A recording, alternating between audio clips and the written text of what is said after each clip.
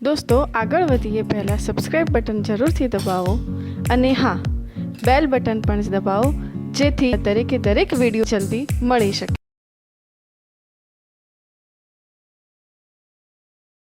નમસ્કાર વિદ્યાર્થી મિત્રો, આજે આપણું આ ચુંબકીય ક્ષેત્ર શોધવા માટેનું આ લગભગ છેલ્લું લેક્ચર છે.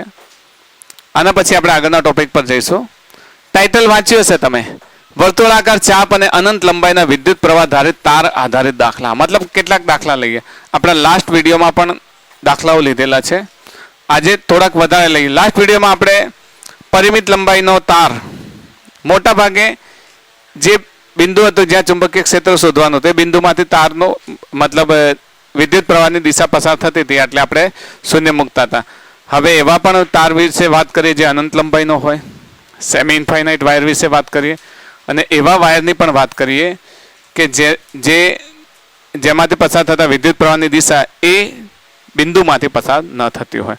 પણ એ પહેલા આપણે અત્યાર સુધી ભણેલા બધા જ સૂત્રોને યાદ કરી લઈએ અને બધાની યાદી બનાવીએ. ને આ યાદી તમે સાચવીને રાખજો. શરૂઆત કરીએ પહેલા સૂત્રોની યાદી બનાવીએ. તો પહેલો લઈએ બાયો-સાવર્ટનો નિયમ. યાદ છે બાયો-સાવર્ટનો નિયમ?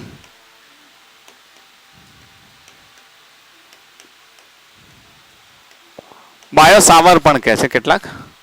એ જ આ એક વિદ્યુત પ્રવાહ ધારિત વાયર છે, એનો કોઈ ડીએલ ખંડ છે, એનાથી પી બિંદુ જે થીટા ખૂણે હોય તો અહીંયા ઉદ્ભવતું ચુંબકીય ક્ષેત્ર ડીબી હોય તો ડીબી ઇઝ ઇક્વલ્સ ટુ μ0/4π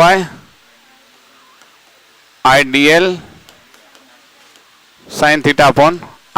આ અદિશ સ્વરૂપ છે. જો સદિશ સ્વરૂપ હોય તો IDL cross r upon r ઘન. યાદ છે ને? આ અદિશ સ્વરૂપ છે. સદિશ સ્વરૂપ હોય તો શું થશે? સદિશ સ્વરૂપ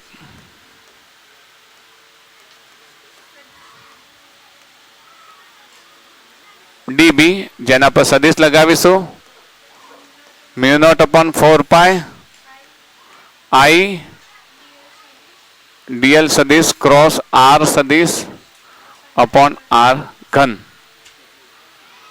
પછી આ r ઉડે એટલે r² થાય છે. dl ક્રોસ r માં dl r sin θ, r ઉડે એટલે ઉપરનું ફોર્મેટ આવી જશે. બાયો-સાવર્ટનો નિયમ. પછી આપણે અનંત લંબાઈના પરિમિત લંબાઈના તાર માટે શોધ્યું તો યાદ હશે.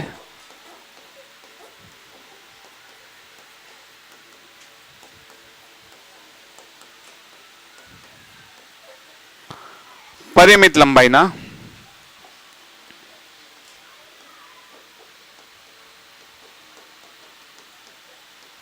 વિદ્યુત પ્રવાહ ધારિત તાર માટે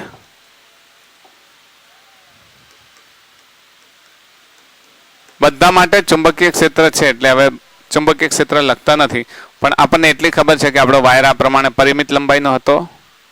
અહીંયાથી કોઈ બિંદુ આપણે એ લીધું જેનું અંતર સ્મોલ એ અંતરે હોય, અહીંયાથી φ1 અને φ2 હોય તો B ઇઝ ઇક્વલ્સ ટુ, યાદ હશે, μ0/4π I/A sin φ1 plus sin φ2. Okay, આના પરથી અનંત લંબાઈ લેતા હતા એટલે φ1 φ2 કેટલા થઈ જતા હતા? 90 sin 90 sin 90 1 1 2 2 2 ઉડી જતા હતા. યાદ છે ને? તો આપણને અનંત લંબાઈના વાયર માટે શું મળતું હતું?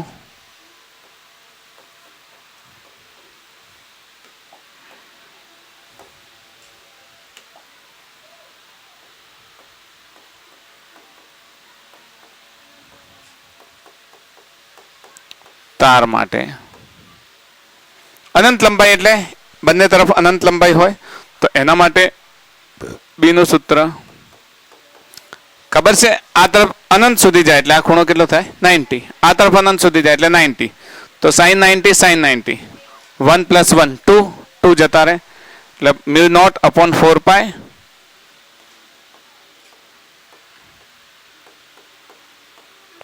II/A. ઓકે, હવે એ જ પ્રમાણે જો સેમી ઇન્ફાઇનાઇટ હોય એક તરફ અનંત લંબાઈ,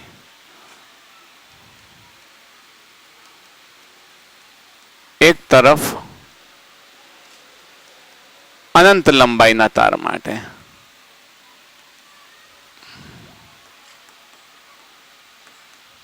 એક તરફ અનંત લંબાઈનો તાર એટલે એક તરફ અનંત લંબાઈ હોય અને અહીંયાથી એ અંતરે પી બિંદુ છે. તો આપણું એ જ આમાં એક થશે 90, બીજો થશે 0. ખબર છે ને? એક થશે 90, બીજો થશે 0 એટલે 1 થશે. એટલે μ0/4π I/a. તો B is equals to μ0/4π I/a. Formula યાદ રાખજો, ભૂલ્યા વગર યાદ રાખજો. ઓકે, પછી એના પછી આપણે જો શરૂઆત કરીએ સૂત્રની શરૂઆત તો થીટાથી કરીએ, થીટા લંબાઈના ચાપ માટે. બરાબર? થીટા ખૂણો ધરાવતા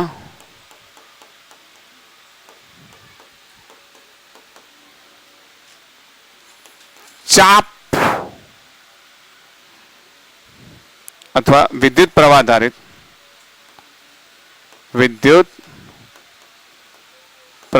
ધારિત તાર વડે આ બધામાં ઉદ્ભવતું આપણે શું લખીએ છીએ? ચુંબકીય ક્ષેત્ર. ઓકે, બધામાં શું શોધીએ છીએ આપણે?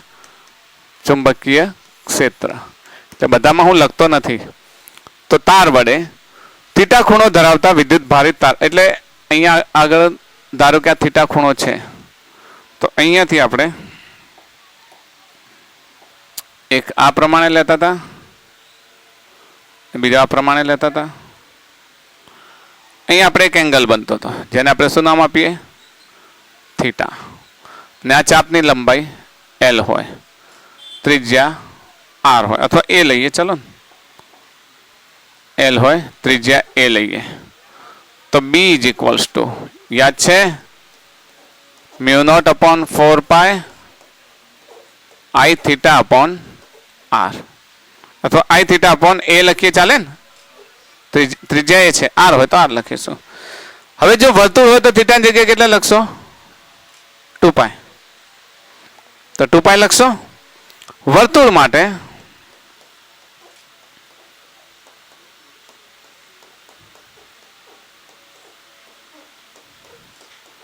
થીટા બરાબર 2π મૂકીએ, આપણે યાદ રહે માટે. તો B બરાબર શું થશે? μ0/4π into I into 2π/a. π cancel, 2 જતા રહ્યા.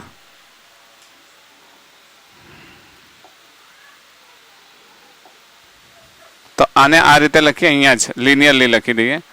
B is equals to such that μ0/2I/a. Okay, μ0/2I/a. પછી અર્ધવર્તુળાકાર માટે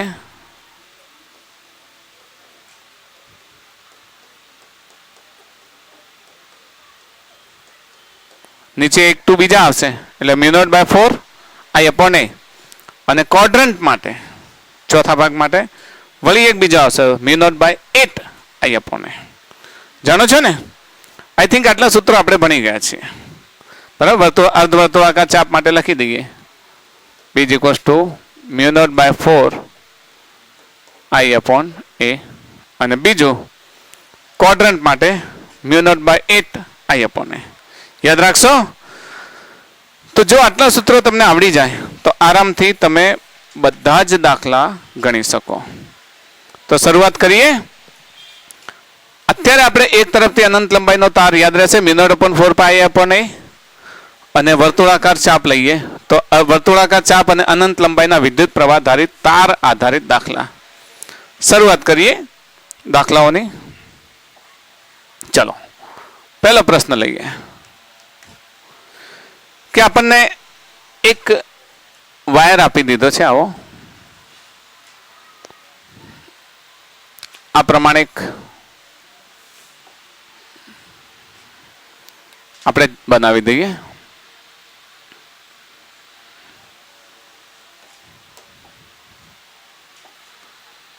ઓકે, આ પ્રમાણે સીધી લાઈન, આ તરફ અનંત લંબાઈ, અહીંયાથી અર્ધવર્તુળ અને અહીંયાથી અનંત લંબાઈનો વાયર. આ સેન્ટર લઈએ. આઈ આ પ્રમાણે પસાર થાય છે, વિદ્યુત પ્રવાહ આઈ આ પ્રમાણે પસાર થાય છે. અહીંયાથી વિદ્યુત પ્રવાહ આઈ આ પ્રમાણે પસાર થાય છે, અહીંયાથી વિદ્યુત પ્રવાહ આઈ આ પ્રમાણે પસાર થાય. આ તરફ પણ ઇન્ફિનિટિવ, આ તરફ પણ ઇન્ફિનિટિવ. આ કેવો વાયર છે? એક તરફથી અનંત લંબાઈ.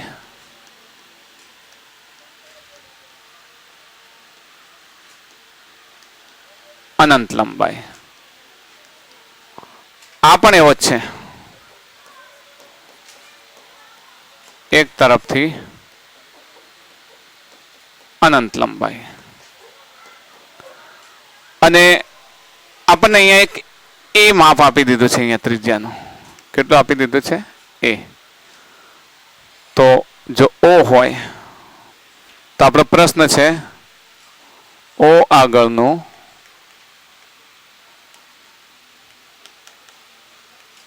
ચુંબકીય ક્ષેત્ર શોધો. ઓકે, અહીંયા આપણને દેખાય છે કે વાયર કેટલા છે? 2 છે, બંને અનંત લંબાઈ છે. પહેલી વાત, આપણે કેટલા આકાર છે? એક આ અનંત સેમી ઇન્ફાઇનાઇટ, આ અર્ધવર્તુળાકાર અને આ ત્રીજો સેમી ઇન્ફાઇનાઇટ વાયર. 3 છે. પહેલા બંને વાયરની વાત કરીએ તો આ વાયરથી આનું અંતર કેટલું છે? આ વાયરથી આનું અંતર કેટલું છે? અહીંયાથી આમ માપી લઈએ તો એ જેટલું છે, જેટલું ત્રિજ્યાનું અંતર છે એટલું જ છે. તો આનાથી અંતર એ જેટલું છે. અહીંયાથી એ તો એની લાઈનમાં જ આવે છે, 3 નંબરના વાયરથી એની લાઈનમાં જ આવે છે ને, તો એના વડે તો આપણે 0 લખી શકીએ. સીધે સીધો દેખાય છે 0.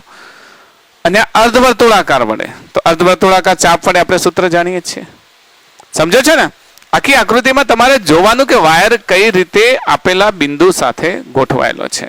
તો અહીંયા આપેલા બિંદુ સાથે જો સેમી ઇન્ફાઇનાઇટ વાળો આપણું સૂત્ર છે ને, સેમી ઇન્ફાઇનાઇટ વાળો, જેનાથી એ અંતરે હોય ને એક તરફ સેમી ઇન્ફાઇનાઇટ, તો સેમી ઇન્ફાઇનાઇટ વાળું સૂત્ર મૂકી દો. અહીંયા એ ત્રિજ્યા વાળું અર્ધવર્તુળ છે તો અર્ધવર્તુળ વાળું સૂત્ર મૂકી દો. અહીંયા છે સેમી ઇન્ફાઇનાઇટ, પણ એ જે બિંદુ છે એ એની દિશામાં છે, વિદ્યુત પ્રવાહની દિશામાં છે, મતલબ વિરુદ્ધ દિશા કે દિશામાં. તો એ એલોંગ કહેવાય, along the line. Along the line હોય એટલે એના વડે ઉદ્ભવતું ચુંબકીય ક્ષેત્ર કેટલું થાય? 0 થાય. સમજ પડે છે ને? તો આપણે બસ આ ત્રણેય બાબતોને સાંકળી દઈએ, લખી દઈએ.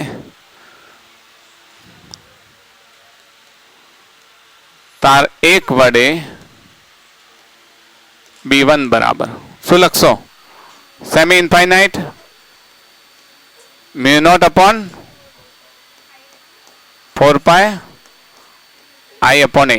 ઓકે, એની અહીંયા દિશા જુઓ, આમ જાય છે અંદર, ઇનસાઇડ, તો ઇનવર્ડ લખી દઈએ.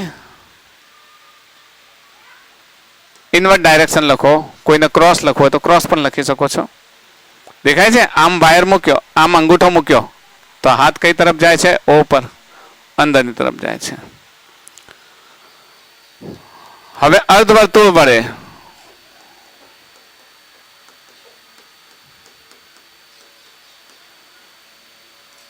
તાર વડે, આ તાર જ છે ને, અર્ધવર્તુળાકાર તાર વડે, તો બોલો B2 કેટલા લખી શકાય? અર્ધવર્તુળાકાર વડે ઉદ્ભવતું, તેના કેન્દ્ર પર ઉદ્ભવતું μ0 upon, યાદ છે કે ભૂલી ગયા? અર્ધવર્તુળ માટે આપણે લખ્યું હતું μ0 upon 4 I upon A. પાઈ નીકળી જાય છે. μ0 upon 4 I upon A. એની દિશા કઈ હોય? અહીંયા અંગૂઠો પ્રવાહની દિશામાં રાખો તો જો દેખાય છે ને, અંગૂઠો રાખીને અંદરની તરફ જાય છે, તો આ થશે, આ પણ ઇન્વર્ટ થશે. એક જ દિશા હોય તો બધાનો સરવાળો. ઓકે, અને તાર 3 વડે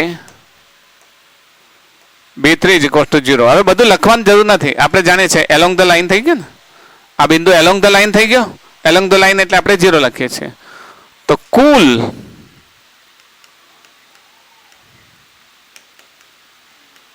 ચુંબકીય ક્ષેત્ર B બરાબર B1 plus B2 plus B3. B1 નું મૂલ્ય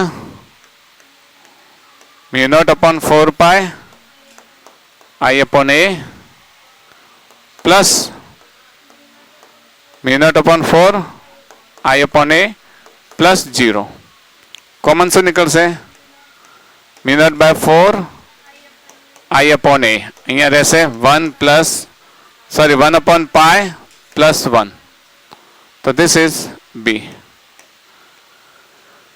જો તમને કોઈ વેલ્યુ આપી દીધી હોય કે કોઈ ત્રિજ્યા આપી દીધી છે અને આઈ નું મૂલ્ય આપી દીધું હોય તો પછી તમારે μ0 ની વેલ્યુ 4 × 10⁻⁴ લેશો, પાઈની કિંમત 3.14 લેશો અને એમ કહીને તમે સાદુરૂપ આપશો.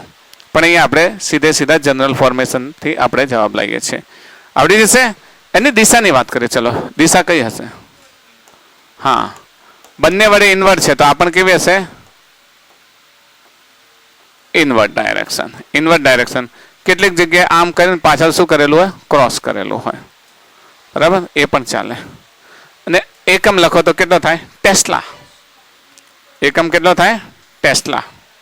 ફક્ત ટેસ્લા. ચુંબકીય ક્ષેત્રનો એકમ કેટલો થાય? ટેસ્લા. બાયો સાવર્ટના નિયમમાં મેં તમને કહ્યું હતું ને, બીજો એકમ છે એમ્પિયર/મીટર². બતાવ્યો હતો ને તમને. તો Newton/Ampere × મીટર². યાદ છે કે ભૂલી ગયા? બાયો સાવર્ટના નિયમમાં મેં તમને સમજાયો હતો. આનો એકમ બાયો સાવર્ટના નિયમમાં મેં તમને આના એકમની ચર્ચા કરી હતી. μ0 ટેસ્લા તો છે જ. પછી આનો આપણે પેલા એનો μ0 નો એકમ નીકાળ્યો હતો. યાદ છે? μ0 નો એકમ નીકાળ્યો હતો. તો એ વખતે આપણે આને ટેસ્લાને લીધો હતો. હા, ટેસ્લા બરાબર આપણે શું લીધો હતો? Newton/Ampere × metre. એના પરથી μ0 નો એકમ નીકાળ્યો હતો આપણે. Newton/Ampere × metre. ઓકે, એને આપણે શું લખીશું? ટેસ્લા. એકમ તો આપણે ચર્ચા કરી ગયા છીએ. બીજા દાખલાની વાત કરીએ. Example number 2. હવે હું આપું છું, તમે વિડીયોને પોઝ કરજો તમે અને ગણજો. જાતે ગણવાનો છે. ચલો, જો અહીંયા આગળ અનંત લંબાઈથી આવે છે વાયર અને અહીંયા એક ક્વોડ્રન્ટ છે. ક્વોડ્રન્ટ તમે સમજો છો ને?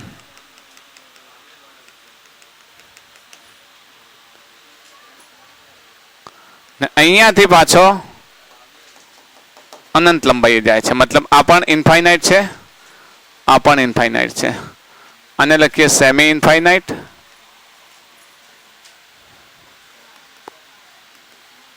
ઓકે, આને પણ લખીએ સેમી ઇન્ફાઇનાઇટ.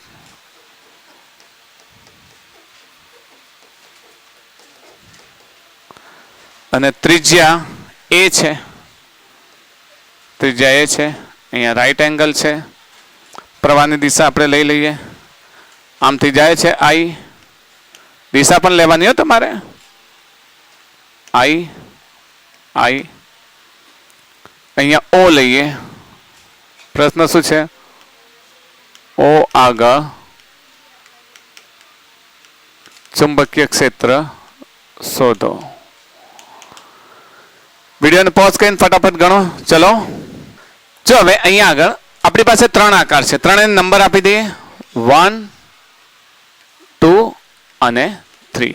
ઓકે, હવે ડાયરેક્ટ જ લખીએ કારણ કે ઘણા બધા દાખલા ગણ્યા છે એટલે બધામાં ડિટેલ લખવાની કોઈ જરૂર નહીં. તો આના વડે શું લખીશું? B1 કેવો આકાર છે? Semi infinite. એનાથી કેટલો અંતરે છે? એ અંતરે. તો શું થશે? μ0/4 I/A. આના દ્વારા દિશા જુઓ, આમ થાય છે અને અંદરની તરફ ઇનવર્ડ. ઇનવર્ડ એટલે આપણે શું કરીએ? ક્રોસ કરીએ. ઓકે, આ બીજા દ્વારા B2 કેવો આકાર છે? ક્વોડ્રન્ટ. યાદ છે ને ક્વોડ્રન્ટ? તો અહીંયા ખૂણો કેટલો છે? 90 એટલે કેટલો થાય? π/2. ધારો કે તમે ભૂલી ગયા તો ડોન્ટ વરી, તમારી પાસે B નું સૂત્ર છે μ0/4 I θ/, અહીંયા અંતર, અહીંયા ત્રિજ્યા a છે તો μ0/4 4 પાય. આમ તો 8 આવે છે, પણ ધારો કે તમે ભૂલી ગયા તો પાય અપોન 2 પાય 2 અને a પાય પાય કેન્સલ તો 8 આવી જશે. તો b1 is equals two mu naught upon a 8 i upon a. Okay, આની દિશા જો, આની દિશા આ તરફ તમે મૂકો તો અંદર જશે ને, અંગૂઠો જમણા હાથનો અંગૂઠો જ મૂકશો તો આમ અંગૂઠો મૂકશો તો ક્યાં જશે? અંદરની તરફ. ઓકે, અહીંયાથી તમે અંગૂઠો આમ મૂકો તો અંદર જશે, તો ઇનસાઇડ. ઇનસાઇડને આપણે કેવી રીતે લખશો? ક્રોસ. ને આના દ્વારા તો આ પણ સેમી ઇન્ફિનિટ વાયર છે. સેમી ઇન્ફિનિટ વાયર માટે શું લખશો? b3 is equal to mu naught upon 4 pi i upon a. એના દ્વારા દિશા પણ કેવી થશે? ઇનવર્ડ. ઇનવર્ડ એટલે ક્રોસ. તો b નેટ શું લખશો? b net is equal to b1 plus b2 plus b3. b1 ની કિંમત અહીંયા લખીએ આપણે. b net is equals to b1 mu naught upon 4 pi I upon a plus mu naught upon 8 I upon a plus mu naught upon 4 pi I upon a. આ double time છે ને? Double time તો તમે 2 mu naught upon 4 pi લખી શકો. I upon a plus mu naught upon 8 I upon a ને common શું નીકળશે? mu naught upon 4 I upon a. ઉપર શું રહેશે? 2 upon pi plus 1 1 upon 2 1 upon 2. Okay, તમે જો પહેલેથી નીકાળશો તો 1 by pi plus 1 by pi plus 1 by 2 થશે, તો પણ 2 by pi થવાનો છે. ઓકે, તો ધીસ ઇઝ b net. ટૂંકમાં આવડવું જોઈએ આ તમને. આવડશે ને? એના પછી એક બીજો દાખલો લઈએ. હવે જો અહીંયા આવા દાખલામાં એક બીજી વાત કે ઘણી એવી જગ્યાએ તમને શું કહેલું હોય છે ખબર છે કે એક તમને કોઓર્ડિનેટ સિસ્ટમ આપી દીધી, કાર્ટેશિયન યામ પદ્ધતિ આ પ્રમાણે. તો એમાં જવાબમાં થોડુંક વેરિએશન લાવવાનું. તમને આવી રીતે અહીંયા લખી દઉં છું. વ્હાઇટ કલર લઈએ, વિઝિબલ સારું થાય. તમને આ પ્રમાણે કોઓર્ડિનેટ સિસ્ટમ આપી દીધી હોય.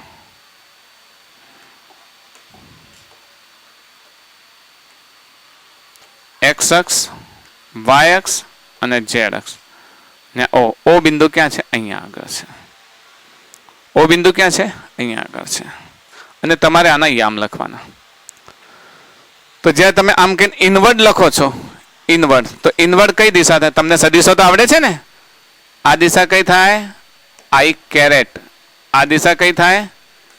જે કેરેટ. આ દિશા કઈ થાય? કે કેરેટ. તો આના આધારે પણ જવાબ આપવાનો આવે.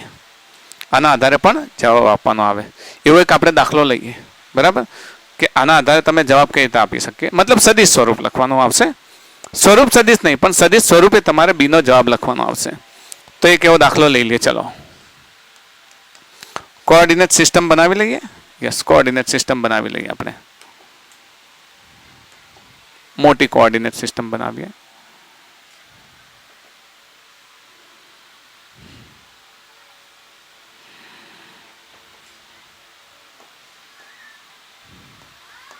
કોઓર્ડિનેટ સિસ્ટમ ને અહીંયા એક વાયરની વાત કરીએ, બનાવી દઈએ આપણે, ડ્રો કરી દઈએ. ચલો, વાયર લઈએ. એ વાયર અહીંયાથી આવે છે, ધ્યાનથી જોજો. આમ આવે છે વાયર, I પ્રવાહ અહીંયાથી અર્ધવર્તુળાકાર, ને અહીંયાથી આ વાયર આમ પાછો આવે છે. આપણે ડીપીપીમાં આવા ઘણા બધા દાખલા આપેલા છે.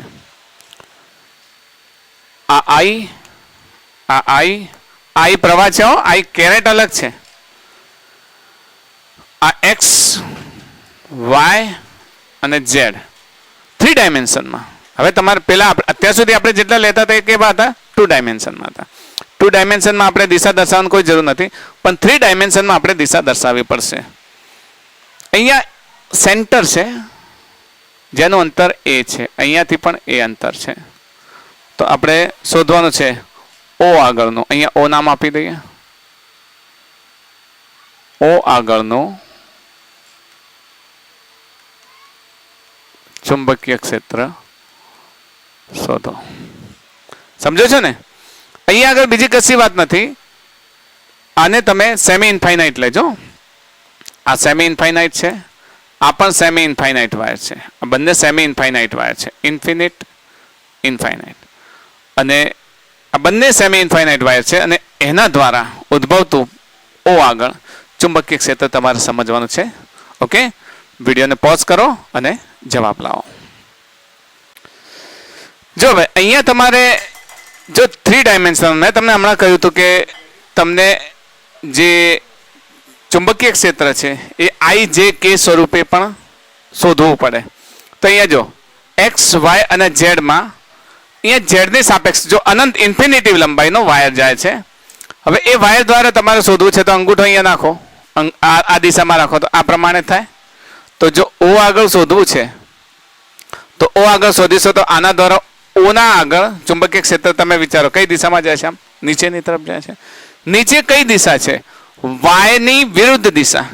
વાય દિશા એટલે કઈ હોય? આપણે જાણીએ છીએ એક્સ, વાય અને ઝેડ અક્ષની દિશામાં એકમ સદિશો આપણે લઈએ છીએ ને. વાયની દિશાનો એકમ સદિશ આપણે કયો લઈએ છીએ? જે લઈએ છીએ. એક્સની દિશાનો એકમ સદિશ આપણે લઈએ છીએ આઈ અને ઝેડની દિશાનો એકમ સદિશ લઈએ છીએ આપણે કે કેરેટ. રાઈટ? તો અહીંયા વાયની વિરુદ્ધ દિશા, વાયનો વિરુદ્ધ દિશામાં એટલે કેટલો થશે? માઇનસ છે. કેટલો થશે? માઇનસ છે. જો આમ આંગળી રાખીએ અને આમ નીચે લઈ જઈએ તો આપણી આંગળીઓ નીચે તરફ જાય છે ને. આમ ફોલ્ડ કરો આમ તો આમ નીચેની તરફ એટલે અહીંયા ચુંબકીય ક્ષેત્ર કેવું હશે? આમ જો આપણે ઇમેજનરી બનાવીએ ચુંબકીય ક્ષેત્ર તો આમ બને. આ બિંદુ ચુંબકીય ક્ષેત્ર આ પ્રમાણે બને, આ પ્રમાણે બને અહીંયા આગળ ચુંબકીય ક્ષેત્ર. મતલબ અહીંયા ચુંબકીય ક્ષેત્રની દિશા કઈ હોય? આ સ્પર્શકની દિશામાં હોય ને ચુંબકીય ક્ષેત્ર રેખાઓ આ પ્રમાણે જતો. અહીંયા કેવી હોય? આ તારને લીધે આ જગ્યાએ ચુંબકીય ક્ષેત્ર રેખાઓ કેવી હોય? સ્પર્શકની દિશામાં. તો સ્પર્શકની દિશામાં હોય એટલે એની દિશા આપણે કઈ રાખી શકીએ? માઇનસ છે. ઓકે, અને સેમી ઇન્ફાઇનાઇટ તાર વડે શું લખી શકીએ? ચલો આને નંબર આપી દઈએ. આને નંબર આપી દઈએ 1. આ અર્ધવર્તુળાકારને શું આપીએ? 2. ને આને શું આપીએ? 3. બોલો, સેમી ઇન્ફાઇનાઇટ મતલબ કે તાર 1 વડે ચુંબકીય ક્ષેત્ર પ્રવાહ કેટલો છે? I. તો B1 શું થશે? યાદ છે ને? તાર વડે મ્યુ નોટ. જો તો સેમી ઇન્ફિનિટ વાયર વડે તો જો આ એક તરફ અનંત લંબાઈ છે, અહીંયા એ બિંદુ, એના એક છેડાથી એ અંતરે, તો આપણે શું લખીશું? Mu naught upon 4 pi I upon, જો અંતર કેટલું આપી દીધું છે અહીંયાથી આનું એ. હવે આની દિશા નીચેની તરફ, તો આ વાયની નીચેની તરફ વાયડેસ એટલે આ જે હોય તો નીચે શું થાય? માઇનસ જે કેપ. ઓકે, આ જે કેપ પોઝિટિવ તરફ તો નીચેની તરફ કેટલું થશે? માઇનસ જે કેપ. ઓકે, આને કાઢી દઈએ. હવે આ અર્ધવર્તુળાકાર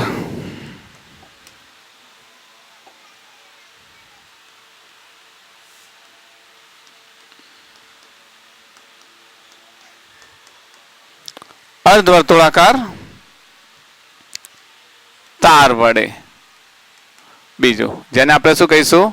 B2. તો જો અર્ધવર્તુળાકાર તાર I ની દિશામાં અંગૂઠો મૂકીએ તો અંદરની તરફ જાય ને? અંદરની તરફ એટલે આ ઝેડની વિરુદ્ધ દિશા થઈ. ઝેડ દિશા કઈ છે? આમ નોર્મલી આપણે સમતલમાં આમ દર્શાય છે, વાસ્તવમાં આપણી આ તરફ છે. બરાબર? તો અર્ધવર્તુળાકાર હોય એટલે ઝેડની વિરુદ્ધ દિશા. તો ઝેડની દિશા કઈ છે? કે. તો પેલી કઈ થશે? માઇનસ કે. અને અર્ધવર્તુળાકાર ચાપ વડે ઉદ્ભવતું ચુંબકીય ક્ષેત્ર કેટલું થશે? Mu naught upon 4 I upon A. યાદ છે? શ્યોર?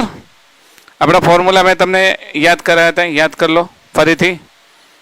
પાયાસાવટ લો પરિમિત લંબાઈના તાર વડે sin phi 1 sin phi 2 વાળું સૂત્ર, અનંત લંબાઈના તાર વડે બંને 90 કરો એટલે અહીંયા 2i આવી જાય. પછી એક તરફ હોય તો i/a, પછી થીટા ખૂણો હોય તો θ/a, એમાં અર્ધવર્તુળ હોય તો μ0/4 i/a. ઓકે,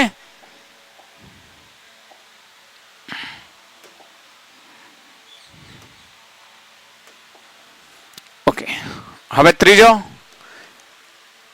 3 નંબર તાર 3 વડે, તાર 3 વડે ફટાફટ લઈને અહીંયા આપણે આંગળી મૂકીએ તો આમ નીચેની તરફ જાય, દેખાય છે ને? આપણે આંગળી કઈ મૂકી? તમારી તરફ. તમારી તરફ થશે ને. આઈ ક્યાં આવે છે? વાસ્તવમાં તમારી તરફ. આપણે સમતલમાં દોરીએ છીએ, વાસ્તવમાં વાયર આવે છે તમારી તરફ. તો એ તરફ આંગળી મૂકી અને પછી આપણે ચુંબકીય ક્ષેત્ર રેખા ઓ આગળ નીચેની તરફ જાય ને, આ રીતે એક વર્તુળ દોરી આમ, તો આ પ્રમાણે. તો અહીંયા સ્પર્શક ક્યાં જશે? નીચેની તરફ જશે ને, કારણ કે વિદ્યુત ચુંબકીય ક્ષેત્ર રેખાઓ આ પ્રમાણે હશે, આમ ફરતી હશે. તો અહીંયા નીચેની તરફ જશે અને નીચેની તરફ જાય એટલે એને આપણે લખીશું B3 = H semi infinity wire એટલે μ0/4 પાય I/a. એની દિશા નીચેની તરફ એટલે H - J કેરેટ. રાઈટ, આ બંને એક જેવા થઈ ગયા. હવે O આગળનું ચુંબકીય ક્ષેત્ર, O આગળ કુલ ચુંબકીય ક્ષેત્ર B હોય તો B = કેટલું થશે? B1 + B2 + B3.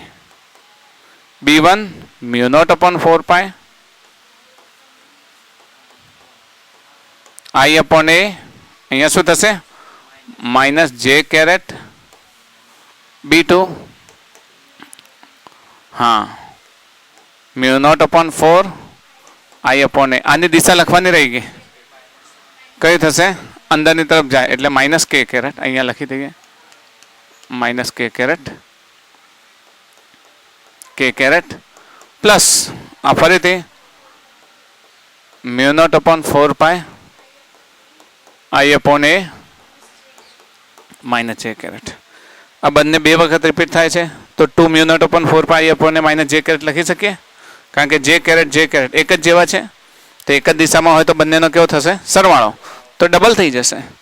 તો આપણે આને આ રીતે લખીએ 2 μ0/4 pi I/a -j caret plus μ0/4 I/a -k caret.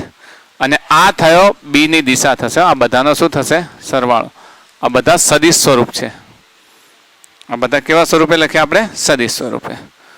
તો આ B સદિશ સ્વરૂપે આપણને મળે. I/J/K ફોર્મ એટલે થયું સદિશ સ્વરૂપ. જો તમને ચુંબકીય ક્ષેત્રનું મૂલ્ય કે જાણો છો ને, B નું મૂલ્ય કાં તો આ રીતે લખીએ અથવા તો આપણે શું કરીએ, ઉપરથી તીર કાઢી નાખીએ તો પણ ચાલે ને. સદિશનું મૂલ્ય તમને આ રીતે સદિશ આપેલો છે. સદિશ A = xi caret plus ayj caret plus az k caret. તો તમે કાં તો એનું મૂલ્ય આ રીતે લખો અથવા તો એના ઉપર કશું ના લખો. બરાબર? તો કેવી રીતે લખતા હતા મૂલ્ય? યાદ કરો, વેક્ટર x² + ay² + az². ખબર છે ને, સદિશ હોય તો એનો સરવાળો શું થાય? એના ત્રણેય ઘટકોનું વર્ગમૂળ. આપણે આનું વર્ગમૂળ લેવું છે તો આનો I ઘટક કયો છે? 0. I વાળો છે જ નહીં ને, J વાળો છે અને K વાળો છે. તો આપણે આને આ રીતે લખી શકીએ B = 0² પ્લસ J વાળો 2 μ0/4 પાય I/a² plus μ0/4 I upon a અને એનો સ્ક્વેર થશે.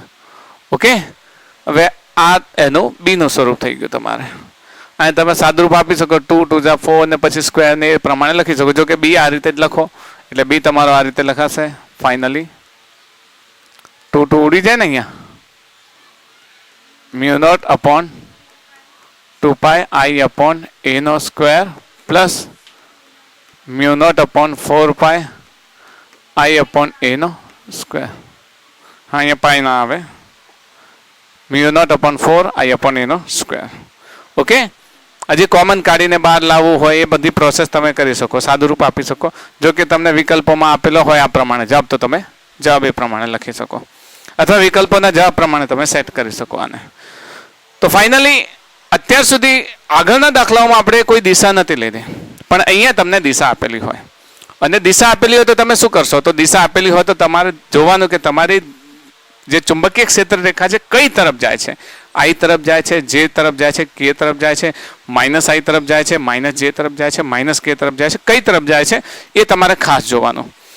હું તમને એક દાખલો આપું આ પ્રમાણે જ, બરાબર? તમે આનો જવાબ લાવશો, વિડીયોને પોઝ કરશો અને જવાબ લાવશો, ટ્રાય કરશો. હું દાખલો લખું છું, લખશો સાથે સાથે બધા. ક્યુ ઇઝ ક્વેશ્ચન. આપણને એક સિસ્ટમ આપી દીધી છે, કોઓર્ડિનેટિંગ સિસ્ટમ. કોઓર્ડિનેટિંગ સિસ્ટમ બનાવી દો કાર્ટેશિયન પદ્ધતિ. આ પ્રમાણે કાર્ટેશિયન પદ્ધતિ બનાવી દે.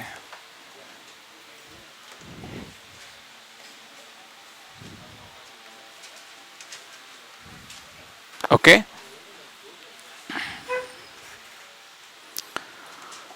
એક વાયર ઇન્ફિનિટિવ થી આવે છે,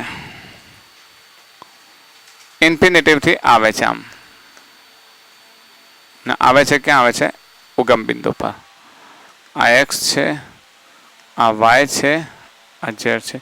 ઇન્ફિનિટિવ થી આવે છે, x અક્ષ પર આવે છે અને આ પ્રમાણે અર્ધવર્તુળાકાર ને અહીંયાથી વળી પાછો આમ જાય છે અને એ ઇન્ફિનિટિવ તરફ જાય છે. આ પણ ઇન્ફિનિટિવ, આ પણ ઇન્ફિનિટિવ. એમાં વિદ્યુત પ્રવાહની દિશા આપણે નીચેની તરફ લઈ લઈએ. ચલો, અહીંયા આ તરફ, આ તરફ અને આ તરફ. સમજો, અનંત લંબાઈથી વાયર આવે છે, આ ઇન્ફિનિટિવ છે, આ પણ આ તરફ પણ ઇન્ફિનિટિવ વાયર છે. આનું સેન્ટર આપણે ઓ લઈ લઈએ અહીંયા પેલાના જેમ જ ઓ. આ પણ એ અને આ પણ એ છે. પ્રવાહ I છે, પ્રવાહ I છે. બસ પ્રશ્ન છે ઓ આગળનું ચુંબકીય ક્ષેત્ર શોધો. ખ્યાલ આવી ગયો? આ અનંત લંબાઈથી વાયર આવે છે, XYZ યામ પદ્ધતિ છે. એટલે તમારે શું છે? સદિશ સ્વરૂપે. આગળના દાખલામાં આપણે ગણ્યું એ પ્રમાણે સદિશ સ્વરૂપે ગણવાનું છે. ઓકે, વિડીયો પોઝ કરો અને ટ્રાય કરો. જો અહીંયા આગળ આપણી પાસે ત્રણ વાયર, બે વાયર છે. એક ઇન્ફિનિટિવ જે અહીંયા ઉગમ બિંદુ પાસે આવે. ધારો કે ઉગમ બિંદુ છે C છે, સમજી લે. ઉગમ બિંદુ પાસે આવે. ઉગમ બિંદુથી અહીંયા આગળ અર્ધવર્તુળાકાર અને અહીંયાથી x દિશામાં અનંત લંબાઈ. અર્ધવર્તુળાકાર છે ને એ XY સમતલમાં છે, માની લો. આ કયા સમતલમાં છે? ZX સમતલમાં છે. ZX સમતલમાં હોય એટલે આની દિશા જો આ કઈ દિશામાં છે? Y સમતલ. આ Y ની દિશામાં. Y ની દિશામાં હોય એટલે અહીંયા તમે આંગળી મૂકો તો તમારા ચુંબકીય ક્ષેત્ર રેખાની દિશા કઈ હોય? બહારની તરફ. પણ આનું સમતલ દેખો, આ કયા સમતલમાં છે? XZ સમતલમાં છે. XZ સમતલમાં છે. XZ સમતલમાં એટલે તમે અહીંયાથી આંગળી મૂકો તો એ કઈ દિશામાં જશે? આમ નીચે, નીચેની તરફ જશે. કઈ તરફ જશે? નીચેની તરફ. સમજો, આખું સમતલ વિચાર કરો કે સમતલ આ પ્રમાણે છે. અહીંયા કન્ફ્યુઝન વિદ્યાર્થીઓને ત્યાં જ થાય છે કે આ X હોય, આ Y હોય અને આ Z હોય. આ કયા સમતલમાં વાયર છે? XZ સમતલમાં છે. નીચે નથી. આપણે નીચે લઈએ, નીચે લઈશું તો બહારની તરફ. આ નીચે નથી. કયા સમતલમાં છે? XZ સમતલમાં છે. XZ સમતલમાં. આમ નથી, આમ છે. આમ હશે એટલે અર્ધવર્તુળાકાર આમ થઈ ગયો. અર્ધવર્તુળાકાર તો તમે આંગળી રાખો આમ, બરાબર, આની દિશા આંગળી આ રીતે આ રાખો તો ઉપરની તરફ જાય છે, ઉપરની તરફ જશે ને, ઉપરની તરફ જશે એટલે કઈ દિશા થઈ ગયા? જે દિશા થઈ ગયા. અહીંયા મુશ્કેલી આ જ પડે છે વિદ્યાર્થીઓને કે સમતલ નથી સમજતા. તમે આને સમતલને સમજવા માટે આને યાદ રાખો એટલે તમને વધારે ખબર પડશે. જો હું એક 3D આપણે આર્ય બનાવી દો, આ બનાવી દો, બરાબર. એમાં આપણો વાયર અહીંયાથી અહીંયા આવે છે. જો એક આપણો આ વાયર અહીંયા આવ્યો, કલર અલગ કરી દઈએ, આમ આવ્યો, અહીંયાથી આમ આવ્યો, અહીંયાથી આમ જાય છે. ઓકે, તો હવે તમને ખ્યાલ આવ્યો વાયર કઈ દિશામાં છે, કયા સમતલમાં છે? આ આપણે ગણતરી કરીએ એટલે ક્યાં લઈએ છીએ? નીચે. નીચે નથી, આ સમતલમાં છે. આ સમતલમાં છે એટલે આપણે હવે અહીંયા આગળ આઈ લઈએ. તો આઈ આમ લઈએ તો આઈ દ્વારા ઉદ્ભવેલી ચુંબકીય ક્ષેત્ર રેખા આમ થઈ અને આ બિંદુએ ક્યાં જશે? આ બિંદુ ક્યાં જશે? ઉપર. ઉપર કયો છે આપણો? વાય અક્ષ છે. વાય અક્ષ છે એટલે કેવો થશે? જે ની દિશા થશે. જે ની દિશા. નીચે ના સમજતા હું ફરીથી કહું છું, ઘણા બધા શું કરે છે? નીચેની તરફ સમજે છે. નીચે નથી, આ YZ સમતલમાં છે. ત્રિપરિમાણીયમાં તો અહીંયા સમજશો. નંબર આપી દે, ચલો આને આપી દઈએ 1, આને આપી દઈએ 2, આને આપી દઈએ 3. ચલો તારીખ વડે ફટાફટ. B1 બરાબર μ0/4π I/A. દિશા બહારની તરફ, તો કઈ દિશા? K caret. ઓકે, પછી તાર 2 વડે, એ અર્ધવર્તુળાકાર છે ને, એ કેવો છે? અર્ધવર્તુળાકાર. એ કયા સમતલમાં છે? બોલો પહેલા, કયા સમતલમાં છે? YZ સમતલ, XZ સમતલમાં છે. કયા સમતલમાં છે? XZ સમતલમાં છે. X અને Z સમતલમાં છે. આ પ્રમાણે XZ સમતલમાં છે. તો આમ રાખીએ તો એના દ્વારા ઉદ્ભવતું ચુંબકીય ક્ષેત્ર કઈ જગ્યાએ હશે? ઉપરની તરફ હશે. તો B2 = μ0/4 I/A. અને અહીંયા ઉપરની તરફ જાય છે ને, તો કઈ દિશા થશે? K દિશા. ના, Y ની છે ને, Y ની છે એટલે કઈ થશે? J દિશા. J દિશા થશે. હવે બંનેનો સરવાળો કરો. બંનેનો શું કરો? સરવાળો. હવે આને કાઢી દઈએ તો BNet = B1 + B2. આપણે બંને કેવા લીધા છે? સદિશ સ્વરૂપે લીધા છે. આ પણ સદિશ સ્વરૂપે લીધા છે ને આ પણ સદિશ સ્વરૂપે લીધા છે. તો પહેલું થશે μ0/4π I/A. વેક્ટર કયો? K caret plus 4 I/A. આ કયો થશે? J caret.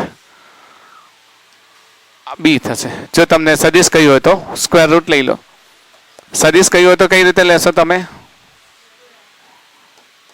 μ0/4π I/A square plus 0 નો સ્ક્વેર છે, આ પણ μ0/4 I/A એનો સ્ક્વેર. x વાળો શું છે પદ? 0 છે. I વાળો પદ. ખ્યાલ આવી ગયો? પ્લીઝ સમતલ જોજો, આ નીચે નથી. નીચે નથી. કયું સમતલ છે? XZ. એટલે XZ દ્વારા જતી દિશા આમ આ દિશા છે, તો XZ દ્વારા જતી દિશા ક્યાં હશે? ઉપરની તરફ હશે. ક્લિયર? તો આ પ્રમાણે તમને ઘણા બધા દાખલા આપેલા હોય અને એમાં તમે આરામથી એનું સમતલ સમજો તો સમજાવી શકો. જો હવે આપણને એક વાયર આ પ્રમાણે આપેલો છે. એક વાયર આ પ્રમાણે, મતલબ કે આખું આ પ્રમાણે એક રચના આપી છે જેમાં એક વર્તુળાકાર છે. આ જે બે વાયર છે ખરેખર તો કેન્દ્ર સાથે ખૂણો કેટલો બનાવે છે? 90 નો બનાવે છે. તો આપણને આ જો O મૂકીએ અને અહીંયા A સેન્ટર આપીએ, A ત્રિજ્યા આપીએ, તો O આગળ B નું મૂલ્ય શોધો. આમ જોવા જઈએ તો આ એકદમ ઈઝી દાખલો છે. જોતા જ વિદ્યાર્થીઓ જવાબ આપી શકે. બરાબર? જોતા જ જવાબ આપી શકે. પણ અહીંયા એક કન્સેપ્ટ તમારે સમજવાનો છે, એ છે એંગલનો કન્સેપ્ટ. ચલો, આ તો માનીએ કે આ જે વાયર છે પરિમિત લંબાઈનો છે, છતાં પણ એ પ્રવાહની દિશામાં બિંદુ છે એટલે આના વડે ઉદ્ભવતું, ચલો આને 1 આપીએ તો આના વડે ઉદ્ભવતું ચુંબકીય ક્ષેત્ર 0 લઈ લઈએ, બરાબર. આને 2 આપીએ, આનું શોધીશું. 3 વડે ઉદ્ભવતું ચુંબકીય ક્ષેત્ર પણ કેવું થઈ જશે? 0, કારણ કે એની દિશામાં છે, કઈ પ્રવાહની દિશામાં O છે. મેં તમને કહ્યું હતું કે જે દિશામાં પ્રવાહ છે એ જ દિશામાં બિંદુ હોય તો ચુંબકીય ક્ષેત્ર કેટલું લેવાનું? 0 લેવાનું. આ તો આપણે જાણીએ છીએ. પણ આની વાત કરીએ તો આ કેન્દ્ર સાથે કેટલો ખૂણો બને છે? કેટલો બને છે? ઘણા બધા વિદ્યાર્થીઓ 90 એંગલ કેટલો બોલે છે? 90. તમે વિચારો કે તમે આમ ચાપ બનાવો છો તો આ ખૂણો થીટા બને છે કે નહીં? આ ખૂણો થીટા બને છે. તો શું આ ચાપ માટે આ ખૂણો લેવાય? નહીં. એના આ છેડા અને આ છેડાની વચ્ચેનો આ ખૂણો લેવાય. તમે સમજો છો ને? કયો ખૂણો લેવાય?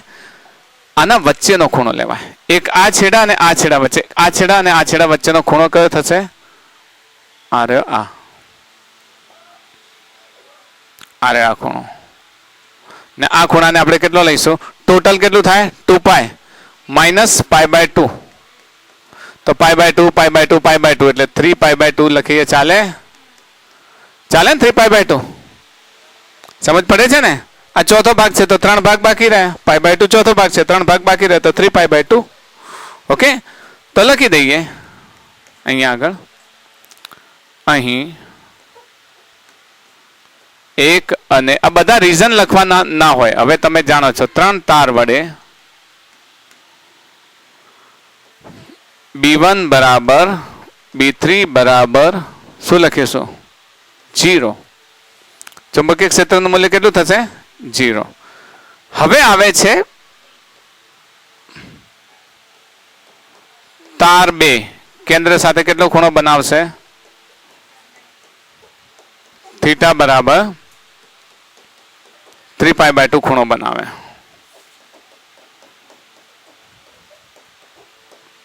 એના માટે અહીંયા લઈ લઈએ. ચલો, તો B2 બરાબર આપણી પાસે જનરલ ફોર્મેશન છે ને, μ0/4π I θ/A. અહીંયા A છે ને ત્રિજ્યા, નોર્મલી R હોત તો R લખત આપણે. μ0/4π I/A. થીટાની જગ્યાએ કેટલા લખીએ આપણે? 3π/2. 3π/2. π કેન્સલ, તો 3 μ0/4 2 જા 8 I/A and this is B2. અહીંયા કોઈ દિશાની વાત નથી, આ તો સીધે સીધું મેળવવાનું છે, એક જ સમતલ માટે છે. તો કુલ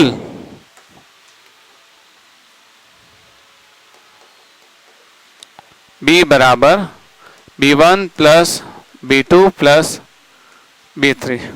B1 ને B3 તો શું છે? 0. તો B બરાબર શું થશે? B3. તો B3 નું મૂલ્ય કેટલું છે? 3 μ0/8 I/A and this is B. Okay, 3 μ0/8 I/A. આ જે છે એ જ રહેશે ને, બાકી 2 નું મૂલ્ય તો કેવું છે? 0 છે. હવે આ દાખલો તમને આટલો સહેલો તો ના પૂછે, પણ આ દાખલાને જરાક એડવાન્સ લેવલે લઈ જઈએ. કઈ રીતે? સમજો. તમને આ પ્રમાણે એક વર્તુળ આપી દીધું છે.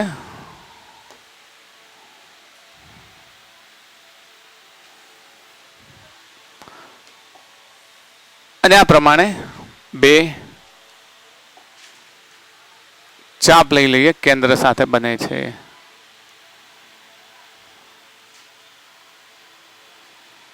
એકા અને એકા કેન્દ્ર સાથે બને છે એટલે આને કેટલો નામ આપી દઈએ? 90. અને અહીંયાથી એક આ રીતે વાયર છે, અહીંયાથી એક આ રીતે વાયર છે, અહીંયાથી પ્રવાહ I જાય છે, અહીંયાથી પ્રવાહ I પાછો આવે છે.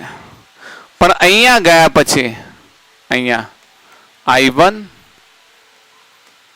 I2 માં પ્રવાહ રૂપાંતર પામે છે. એ I1 એ I2 અહીંયા આવે છે અને આ I1 અહીંયા આવે છે ને બંને ભેગા થાય. કિર્ચોફના ખબર છે ને પ્રથમ નિયમ મુજબ પ્રવાહનું વિભાજન I બરાબર I1 પ્લસ I2 એ ભેગા થાય I1 પ્લસ I2 બરાબર I. ઓકે, તો આ બેઝિકલી I2 પ્રવાહ છે, આ 90 છે.